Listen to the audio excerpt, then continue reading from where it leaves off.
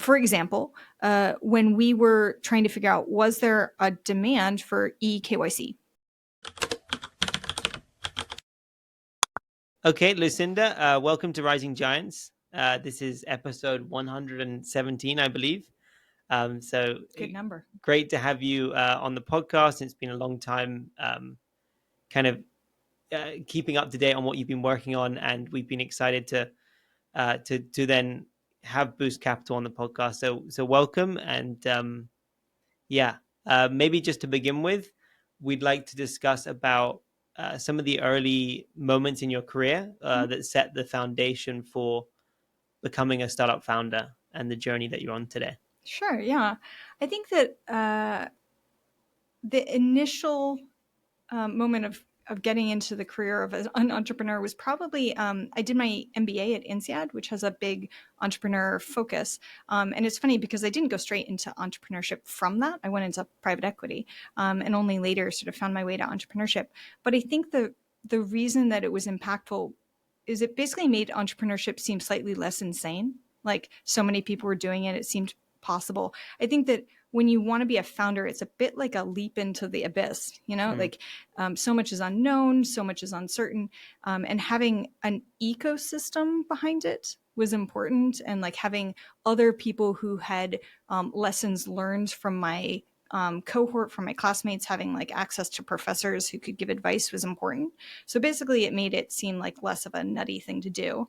I think the other important thing was meeting the right co-founder. So my co-founder, Gordon, and I knew each other for like 12 years or something before we started Boost together. We also had done a project on solar together. So we knew that we were not going to kill each other either professionally or personally. And we knew that we were sort of in this together. I think that I would find it very difficult to be a solo founder. I think that that's the whole burden of the organization is on you. There's a lot of stress. There's a lot of pressure. I think having a co-founder really alleviates that, and having the right co-founder really helps. So I think knowing the person that I wanted to start the company with was a key catalyst. I think if maybe I hadn't had that, I wouldn't have gone into entrepreneurship. Yeah, actually, I think that's one thing that we notice a lot in Cambodia specifically for some reason is there are a lot of solo founders, and it can be that can be a pretty lonely journey, and just not having that many people to be motivated by ownership in the company. That can be pretty tough. Yeah, and we're pretty fluid as founders in terms of we pass a lot of roles back and forth, and it's almost kind of like you just double your manpower if you work well together. I think if I had to do everything or Gordon had to do everything on our own, we just wouldn't be able to get as much done. And then, in terms of handling the stress of it, I think it really helps. And what was so you mentioned you went into private equity. What was then the moment that you kind of wanted to go down the pathway of being a founder? What was that kind of like light bulb moment? So I have to give credit to Gordon. The idea for Boost was first his, and we were kind of chatting it over dinner. We were talking about how it was so funny that even though we all had basically mini computers in our pockets, so much of banking in Cambodia was being done very, very manually. And it seemed like it was a missed opportunity. And he had just run a mergers and acquisitions deal in which his company at the time was selling a MFI to a Singaporean bank. And they were really proud of their app. And they were like, the functionality is amazing. And Gordon said, well, what does it do? And they said, you can check your balance.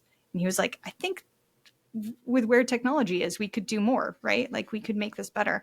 And so we kind of just like, well, what would, if we were going to experiment, what would we do? And so we actually threw up a chatbot over a weekend and just sort of did a test. We put up like $50 of Facebook ads behind it. Kind of just as curiosity. By the end of the weekend, there were like 500 loan applications. Fortunately, we knew somebody who owned a bank, and we said, would you like customers? And they said, yeah, of course we want customers. So it just kind of went from there, right? And we built it as we went along. And so, like, how long ago was that? And what is the journey? What was the early journey like for Boost? So that was the very end of 2018. 2018. The first, it was like December 2018. The first loan that went through our tech went through in January of 2019, right? So we were very much proponents of the concept of like build as you go along. And I think that for us, it's very important to talk to customers and to like make the user the center of the design experience. And so that has been pretty much how we grew, right? Like we wanted to always be testing. We didn't want to create this perfect tech product without any touch points for the user, right? So we just built as we went. And what was it like kind of attracting a team, raising capital, was it fully kind of bootstrapping in the beginning, or what was some of the challenges there? I think that we had a bit of an advantage in that both of us had worked in Cambodia for so long. We knew we wanted to make Cambodia our pilot market because there were a lot of reasons that it made sense to do here. That it's a market in which the concepts of credit are well established. You do have like a really good banking system. You have a really good regulator and a really good credit bureau. So all of that meant that they're doing like a digital version of that was not a huge leap on the point of view of like the customer experience, right? We could basically take what was working for the offline and make a tech version of it. And so because of that, we already had like a network in Cambodia. All our first hires were people that either Gordon and I worked with before. And we also had, because of Gordon's prior work or my work in private equity, we knew a lot of the investors. So we had, from the very beginning, Insator Impact Fund out of Singapore gave us a convertible note to start out. So we were very lucky that from the very beginning, we had international institutional investors backing us. I think that the reason that was useful was that they, from the very beginning, had a lot of expectations of us having procedures that were like international grade, right? So we had to meet all of their investment standards in terms of our processes, our paperwork. And actually that helped us then attract talent, right? So as we grew the team, we were saying, this is a Singapore domiciled international organization in which we are testing the technology and piloting it in Cambodia. And so everybody knew that they were coming on to like an international standard team. And that helped with recruitment. And so what was it like getting your first few like sort of customers in Cambodia, and what were some of the lessons there on how to kind of communicate that and get those customers over the line? So I think it's a Y Combinator principle. It's basically like always talk to your customers, right? And so for us, it was pretty easy to get the first customers because we were deploying immediately and like building the wings on the airplane as you're flying or whatever it is, the analogy. But actually, we are a B2B2C company. And so it's hard to define, like, is your customer the end user? Or is it actually the business that is the customer? So for the tech build, we knew that the C part of that, like the customer experience, was there from the very beginning. But then we had to also make sure that the businesses that were actually buying our product liked it as well. And so we started signing on banks mainly through network to begin with. So we knew a lot of the board members or the senior level at those organizations. And so that, as like founder-led sales, made sense as a starting point. I think we also, because we kind of a little bit speak bank, we understood what the impediments are for a financial institution to try a new technology. And we built around that in terms of our technology and our sales process. So for example, if you ask a bank to change their credit underwriting, then they have to go through at least 3 committees. If you ask them to build a new tech piece, then their tech team has to build that into their pipeline. All of those things mean that you're talking about like a 2-year lead time to launch. So we structured to say, don't do any of that. Like we launch with our bank partners always with their existing loan or savings products, their existing underwriting. We don't require any tech build from them. So there's like one integration point between our tech and their technology. And it's very simple. That means risk committee doesn't have to be stressed. Credit committee doesn't have to be stressed. IT doesn't have to be stressed, right? It simplifies the the sales process a lot. And that's, I think, been very crucial to us being able to grow. That being said, the cool thing about the channel, like when you have a digital channel, you start learning about your customers from the very first point that they interact with you. And you then can use that data to see like, where are people dropping? Why are they dropping? And the financial institution then can change their loan products, their savings products to meet customer demand, but based on like a data-driven approach rather than it just being more guesswork. So I think combining those two ideas that like, don't ask for too much change on the part of your customer and enable growth for them in an exciting manner, that like, that's the sales pitch. Hmm. And so what has been the reception like with Cambodia? I presume like working with the Cambodian banks and MFIs, how many of them are like ready to kind of to move forward in that direction, or are some like more kind of more focused on like kind of pushing back on the whole digital? Yeah, I think that because that with our technology, we can onboard all kinds of loans and savings products. So we built it so that it can accommodate collateralized loans, uncollateralized loans, group loans, savings accounts, term deposits. It means that we can accommodate the strategic focus of whatever their push is, right? And I think that that helps because it means that if a bank says, I want to grow my collateralized loan portfolio, we have a product for them. If they say, I want to be growing my term deposit base, we have a product for them. I think if we were only looking at like one tiny subsegment of the financial industry, it would be harder, right? Because you're like out of the strategic planning of the bank. Whereas because we have a pretty broad offering, that makes the sales easier. And then what would you say the addressable market is? Like how many, like what are some of the things that you look for in a potential customer or client? And would you say you've kind of hit that point of you've talked to everyone in the Cambodia kind of banking microfinance scene? Is that, yeah, I'm just curious on that. Yeah. So our goal is basically to move into the digital channel 1/10 of the portfolio of any bank, right? Yeah. Sort of fairly quickly. And so that's a huge addressable market. Yeah. I think also the fact that we continue to expand our product line continues to expand the customer base. So when we first launched, we were doing purely loan onboarding. Then we added financial education and then savings. And now we're adding insurance and merchant onboarding. And so all of that has sort of grown the pool of what services we can render and helped a lot. And so now we have clients who are actually ancillary to financial institutions like telco or merchant onboarders, that kind of thing.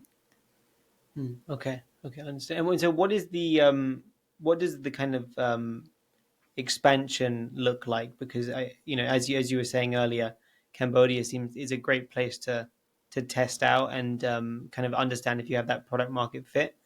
But yeah, would you say that it's also? I'm just curious on like what's the motivation for the expansion? Is that because you feel like at a certain point the business is only going to see like further growth if they go beyond Cambodia, or is it? Or do you actually think the business would, if you just focused on Cambodia, there would be a consistent growth for many years ahead? Great question. So our technology is always white labeled. We're building the brand of our partners, and our concept is basically pick like a handful of winners for each market and help them grow, right? Okay. But it means that we don't want to give our technology is a strategic advantage. If we work with every single financial institution in the market, then each institution that we work with doesn't get that same advantage, right? So we don't want to be working in every bank. We want to be working in the best banks, right? And the same thing with insurance, like the best providers. So we want to go regional for multiple reasons, one of which that we don't want to like super saturate the Cambodian market, but also that there are intermarket lessons learned that can be applied back and forth, right? So for example, we're doing group loan onboarding in India. turns out also that same technology is very applicable to Indonesia and the Philippines, right? So if we try something and we sort of like pilot it in one market, we can then bring it back to another market. And like to do, for instance, term deposit onboarding in Cambodia, actually that's super helpful for the Philippines, right? And so we're trying to kind of cross-pollinate between markets. Mm-hmm. But at the same time, also understand that you need to localize the product to every market. Yeah. Okay. Yes. No, it kind of reminds me. We just recently had support from Morocco Technology come on the podcast, and they're also going through this. I think there's some similarities in that. I think they've achieved. I would say roughly. I mean, they've achieved number one market share, and working with 50 or so microfinance institutions here, and some other financial institutions, and then now they're what they're pushing for is going to the Philippines and going to Indonesia and seeing how that product can be translated. And it's not too dissimilar, Yeah. but there are some nuances to it. And so what's that been like, taking the team and the product to a new market? So you said the Philippines is number 2, and then India number 3. Yeah. It's been really interesting. I think that there's certain differences between markets. Like, for instance, we've had a ton of interest in merchant onboarding in the Philippines. And it's, again, one of those cross-pollination things where we're like, oh, actually, if we develop this for the Philippines, we could bring this back to Cambodia. We could do the same thing. But sort of where there's focus differs between markets. In Cambodia, for instance, there's a lot of interest in uncollateralized salary-based lending as like a new tranche that the banks are like, oh, we'd love to go into that, and we'd love to bring down our operating expenses and grow our market share in that. Digital can help.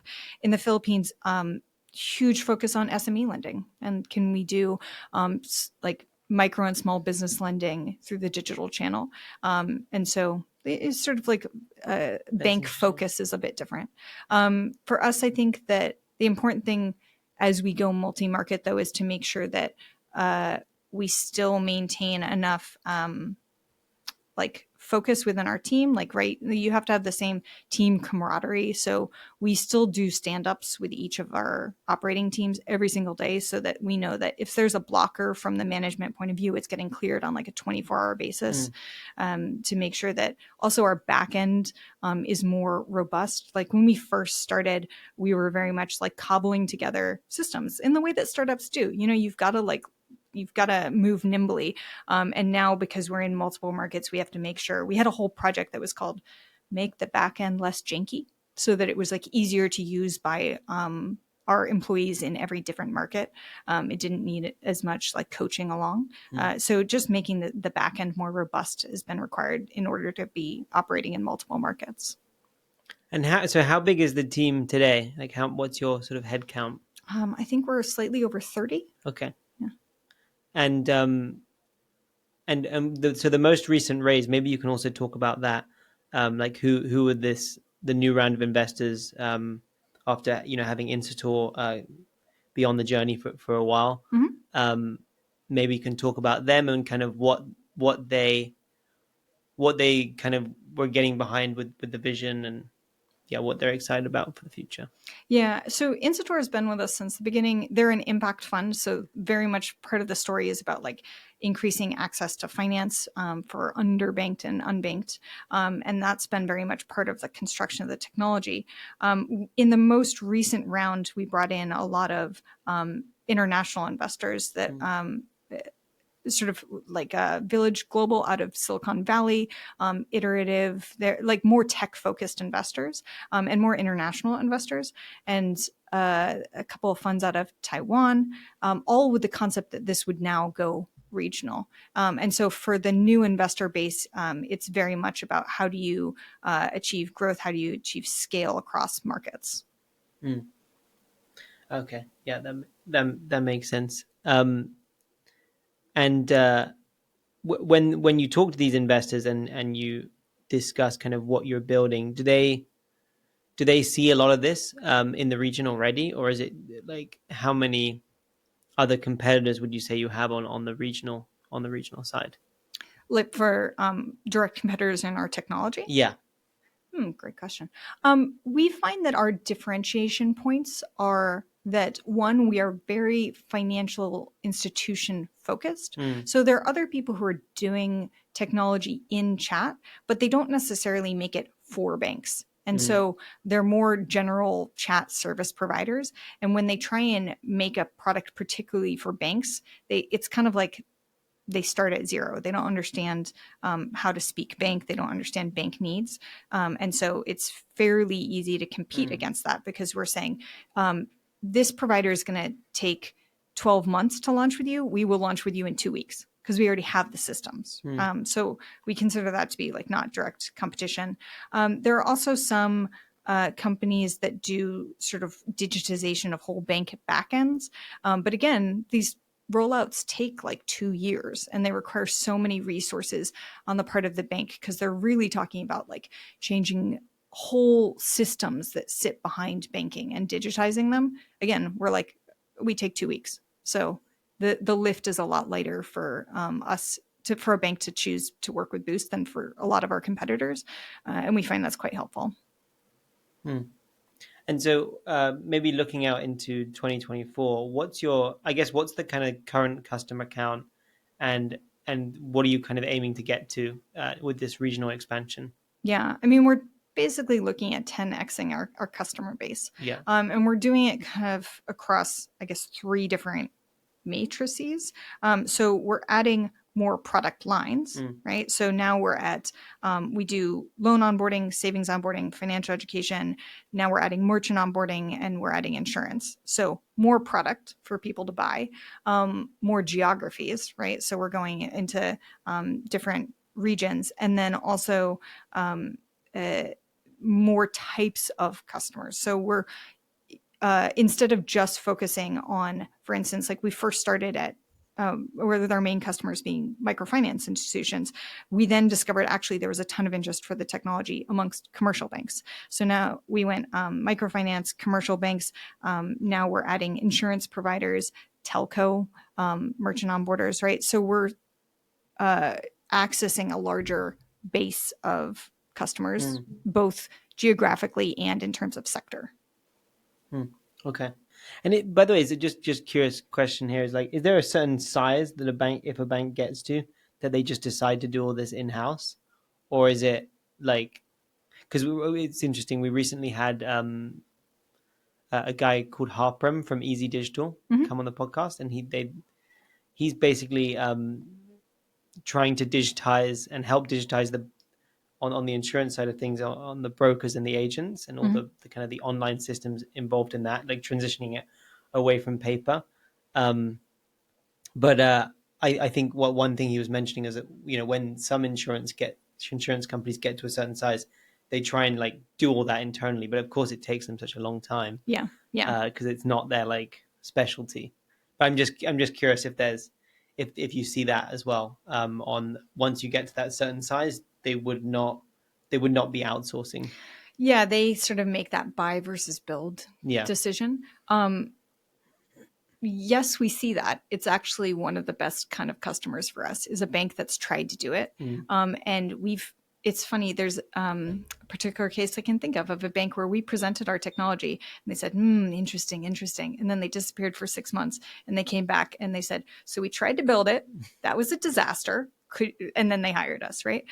Because there's a lot of art to what we do. There are a lot of systems that sit around the chat in order to maximize the customer funnel. There's a lot of like A/B testing that we've been doing over multiple years to like maximize the experience. So what we find is basically if a bank tries to do it themselves, maybe out of 100 people who start a chat, they might get 10 customers out of it. Whereas if we do it with our system, you get 95 customers out of it, right? There's a huge difference. And so conveying to banks that it's harder than they think is important, right? To say like, this is not going to be as easy as you think it's going to be. And to give them a lot of examples. Like I can point to banks that have tried to do what we've done and then been banned from Facebook, because they violate the rules of Meta and things like that. Mm. So giving them real use cases about how hard it would be for them to build it themselves. Yeah, it's an interesting point you just mentioned about like kind of the social media juggernauts. What's it? So, are you mostly working with Meta, or is it there are other social media companies that you also look to work with? So we work in Messenger, Telegram, WhatsApp. We're adding Viber, Line. So we try and pick the most popular chat channel for any particular market. So, for example, in India, it's WhatsApp versus in Cambodia, it's Messenger and Telegram. And then we fit into that channel, right? We also, because we interface with the marketing departments of each of the financial institutions, end up seeing a lot of like what works in terms of digital marketing. But we try and be a little bit like channel agnostic. The technology works with whatever chat channel is the most popular. But we just want to make sure that we're meeting the customer, the end customer, like the financial institution customer, wherever they are. We don't ever want the end customer to have to learn a new piece of technology or download a new app in order to access the financial service. Because as soon as you put a barrier to entry in front of them, it becomes your reach is limited. And what about TikTok? Is that also used for these kinds of things? Yeah. So for marketing a lot. So it depends on the market, but sometimes it's more popular, sometimes it's less. Mainly it's like a referral channel. So with our tech, we can basically accommodate both online and offline entry point, right? So like either it's that somebody sees a TikTok ad or they see a Facebook ad and they click the button and they start a chat with the bank, or they can even see an offline ad. So like a QR code, right? And so a lot of our banks actually use QR codes to enable agents to refer customers to them. And that's as much a popular channel as the digital channel. And the cool thing is that it's all traceable. So the marketing departments for the banks really like it because they can actually figure out what's more effective. Is it TikTok? Is it Facebook ads? Is it mall promotions? Like they can see where all the customers are coming from. Right. Okay. And maybe just also touching a bit more on your experience overall being a founder. You mentioned about what it's like to be like a female entrepreneur, and also I guess in Cambodia, we see a lot more of that today, I think. But when you got going, I'm sure that was not as common to see. So I maybe just would be interested to hear what that experience has been like. Yeah.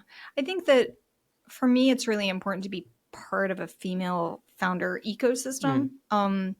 So some of our early investors were actually focused on female founders, like Epic Angels out of Singapore Yeah. invested in us. They're a consortium of female investors trying to focus on female founders. Women's World Banking, we did a lot of work with very early on about access to finance for women. So like really being part of a community and then using it to sort of construct the right support systems within your own institution is important. So like for Boost, our board is gender balanced. Our senior management team is gender balanced. The head of product for us in Cambodia is a woman. Our head of partner management is a woman. And we also have like a mentoring program for our female entrepreneurs. So really making sure that like you build the right support systems in order to grow your own like in-house talent pool to make sure that you're creating the right sort of environment for women to like themselves one day become female entrepreneurs. And I'm just curious now that you're, a regional company, how does Cambodia like compare in terms of like in terms of gender in the workplace versus somewhere like the Philippines? I've got to give Cambodia credit in a lot of ways. Like, so I've lived in Cambodia for, I think it's like 16 years now or something like that. And there's a reason I've stuck around so long, right? It's a really interesting work environment. I think it's actually a work environment that is very positive for women. Like there's so many just high-powered women like who run businesses in this country. Mm. I used to work for Soma Group. Yeah. Their CEO is named Krasnacham. She's Right. like full high powered running a conglomerate woman, right? Mm. So I actually think that it's really quite enabling here. The NBC is helmed by women. So many different businesses are run by women here. I think that it's been an environment that very much fosters growth for female founders. That's great. Okay, that's great to hear. I do think, of course, in the VC and private equity space, it's heavily skewed. Um, I mean, but it's changing for sure. But at least in Southeast Asia, I don't. I mean, it's great to hear of. We've heard a lot about Epic Angels. Mm-hmm. Um, but They run a podcast. yeah, okay, that's good. Yeah. But no, I think there's a lot more that could be done on the investor side as well. Mm-hmm. For whatever reason, that hasn't quite seen that, like, that shift, I would say. Yeah, there's some cool investors out there that are doing gender lens investing. One that comes to mind didn't invest in Boost, but Tasia Ventures. There are some that are really trying to like focus on female founders as a inherent part of their investment strategy. Okay, and what's kind of the goals for, I guess, the next few years? You want to, like, you're going to be shifting into three markets, so three markets in total. If we were to have a podcast in 3 years' time, where would you like to kind of be in terms of fundraising, growth, etc.? Yeah, more markets. So we're probably going to go into Indonesia next. We're probably going to fundraise again in 2025 in order to fund additional market growth.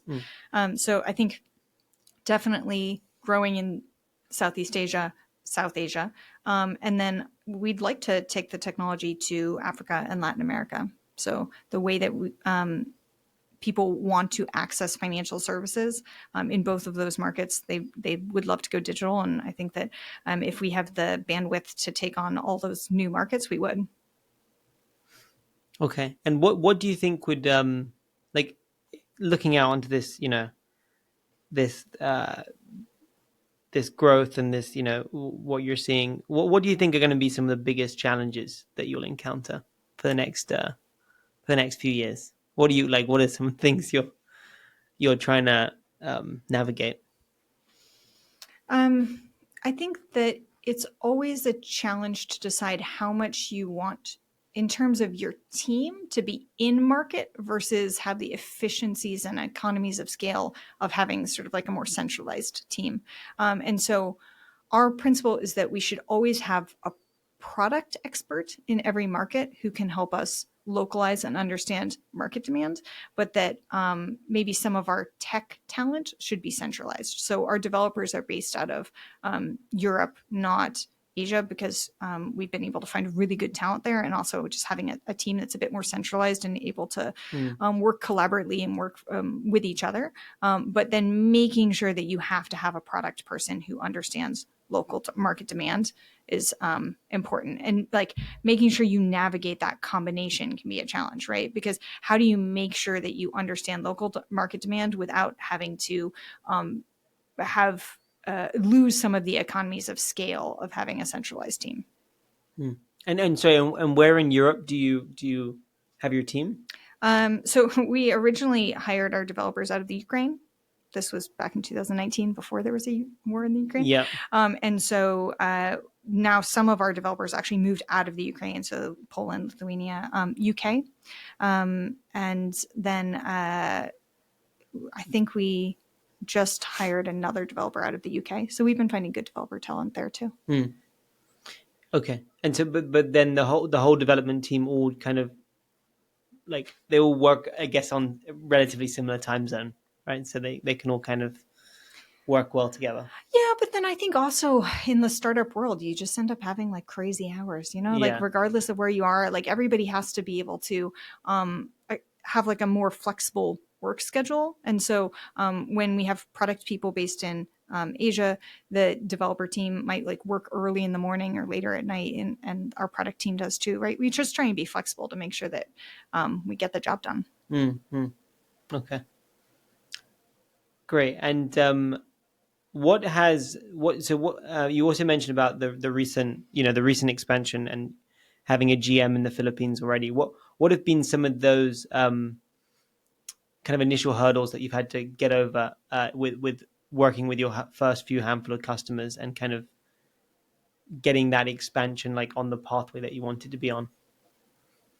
So I guess our expansion pathway hasn't so much had hurdles based on geography as just velocity. Like it is, we want to grow really fast, and then you have to have systems that accommodate that, right? So I think that we've been transitioning from really founder-led sales focus, where we were very much like Gordon and I were pitching every single financial institution, to having a little bit more of a team supporting that, right? So we've hired BD team members who are based in each market and able to do all of the follow-ups and the preparation of materials, right? So, like if we have a really big bank that we want to land, we try and tailor the pitch to them, understand exactly what they need, their needs are in advance. Somebody needs to be doing that research. Somebody needs to be creatively thinking and talking to the product team to be like, how should we exactly tailor this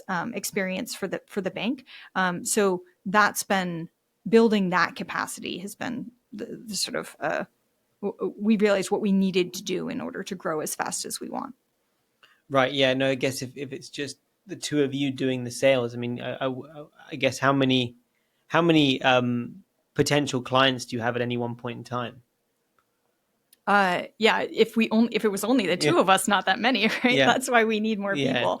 And it's funny, some financial institutions make their decisions fast. Like they see the tech, they just say, yeah, we want this. And then next week they're signing a contract. Some of them take like 6 months to make the decision because they have very precise roadmaps for what they want to be doing in terms of their tech development. And we have to make sure that we fit into that. And like, you have to be answering the RFP at the right time, right? And so we need team members that look after those sort of like more slow moving ones, so that we stay top of mind in their procurement process.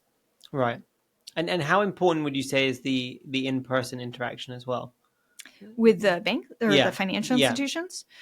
Mix. I mean, it really depends. I think that one of the advantages of COVID having happened is that a lot of people just got used to remote, and it became more of an acceptable channel. And so I think for both sales and like customer support, a lot of it now is being done remotely, and that's fine. I think what gets lost when you try and do just remote and it's better to be in person is some of the like creative thinking or like hearing them gripe about a problem, right? Because when you're in a meeting, you don't necessarily get everybody like and it's a virtual meeting, you don't have that sort of chit chat. Whereas when you actually spend time with people in person, you learn a little bit more about different opportunities, right? And so, like I mentioned before, we're now doing merchant onboarding for the Philippines. The only reason that we realized that was an opportunity is because we were in the Philippines. We're talking to people who are a bit like ancillary to our core offering and understanding what their pain points are, and then being like, oh, actually, like our technology we can help with that, right? And if we weren't on the ground, we'd miss those opportunities. Right. No, I think the point you make about, I think it's great that everyone got used to it. But when I compare like an in-person meeting versus like, it would probably take 3 like Zoom meetings to get to know someone. Like, you feel like you've kind of got to know them a bit more deeply versus an hour of in-person. Yeah, I definitely agree with you. In person is much better for a new relationship. Whereas if you already have an existing relationship, then you can just move it to virtual and sort of have as many efficiencies. But I do actually feel a great deal of like sympathy for anybody who is trying to start their career in the middle of the pandemic. Oh, wow. Yeah. Because you can't build your network. Whereas if you already have a network, you can maintain it virtually. Yes. No, I do. Yeah, I really do feel sorry for the people. Yeah, the people that graduated at that time. And yeah, and also the people that had to do their all of their classes all on Zoom, Yeah. and yeah, that kind of thing. It's just very tough. But I think it's also helpful to have some established networks that help you network. So, like for example, I did my MBA at INSEAD. The alumni community is in every country, Mm. and so I was just in Manila. I had a coffee with an alum. He posted to their WhatsApp group about how I was in town, and I had like 10 additional BD meetings based on that. Oh, Right. wow. So just leveraging networks and leveraging communities, whether or not you're in person or virtual, can be very helpful. Yeah, I feel like INSEAD is definitely one of those like MBAs, and also that has a really big presence all over the world, right? I Yeah. mean, I guess being because they're two, as you said, they're two campuses, is Paris and Singapore, right? Yeah. And now I think they have something in Abu Dhabi or something. Oh, They've okay. got somebody in the Middle East too. Yeah.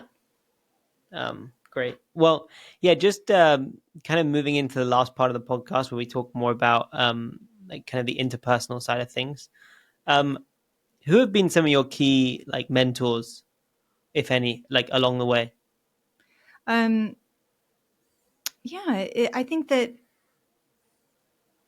my co-founder, I guess, is a big one. I think that my natural personality is a little bit curmudgeonly and a little bit maybe insular. And Gordon is just, he's so emotionally supportive to people. He's so open and caring and lovely. And so I think he pushes me a little bit to be like a better manager, a better communicator. So Mm. I really appreciate working with him. I think uh, other people who have tried to be both parents and business owners and like seeing what does and doesn't work for them. So like not marquee names of this person's like a mentor for me, but just people who my friends who are trying to navigate the same dynamics. Like I have 3 children and then Boost is my 4th child. And how do you balance those two? Mm. Some people do an awesome job at it. Some people crash and burn on it, right? It's not easy to balance your personal life and your business life. So friends of mine who have managed to navigate that well are definitely mentors for me. Yes, that's great. And what would you say some of your like key habits are that keep you motivated and having the energy that you have to get up every day and go for it with Boost? Besides coffee. Yeah. Besides, I think that, like I was saying, it's a bit of a challenge to navigate. How do you have a personal life and a professional life that are both flourishing? I think that I have a habit of trying to integrate them a little bit. So, like, I've got a 12-year-old and 2 10-year-olds. They're twins. And I ask them to test our product all the time. Like, if a 10-year-old can manage financial service onboarding, then you pretty much are sure that everyone can manage it. So, and like if they get bored and they drop off, that's an indicator to me. So, it's trying to sort of like interface different components of your life to keep it exciting is important.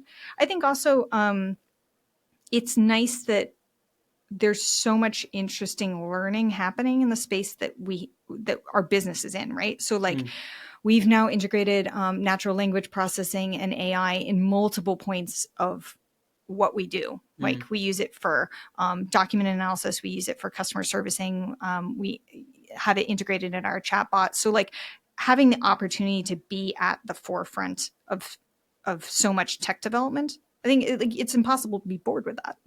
right. Right. Okay. That's a good way to think about it. And yeah, having your children test the product and see if it can kind of pass that test. Yeah, the 10-year-old test. Right. Right. Um, yeah. So just coming to the end, our traditional closing question we like to ask all of our guests is, what would you say is the most important piece of advice that you've ever been given? My father would like me to say, always pack a bathing suit. You never know when there's going to be a pool. That's probably not life changing though. I think always talk to your customer.